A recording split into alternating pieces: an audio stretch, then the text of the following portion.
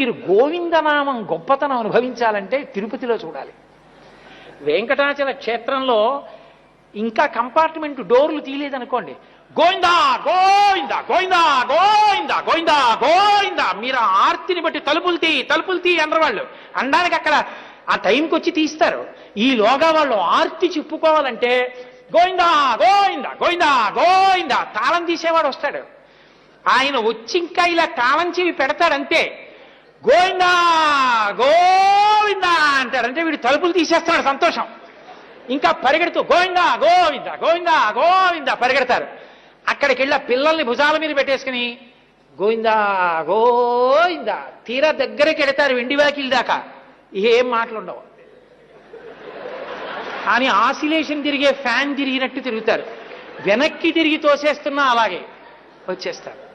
ఏమి వెంకటాచల క్షేత్రం, ఏమి గోవిందనామం. ఇంకే గోవిందనామములు గొంతెత్తి పాడుచు కొండెక్కు భక్తుల గుంపులొకట, స్వామిని దర్శించి సంతోషమాగక పరవశులకు పుణ్య పురుషులొకట. భక్తి ప్రసాదంబు కన్నుల కద్దుకొని ఆస్వాదించు భక్తుల గుంపులొకట.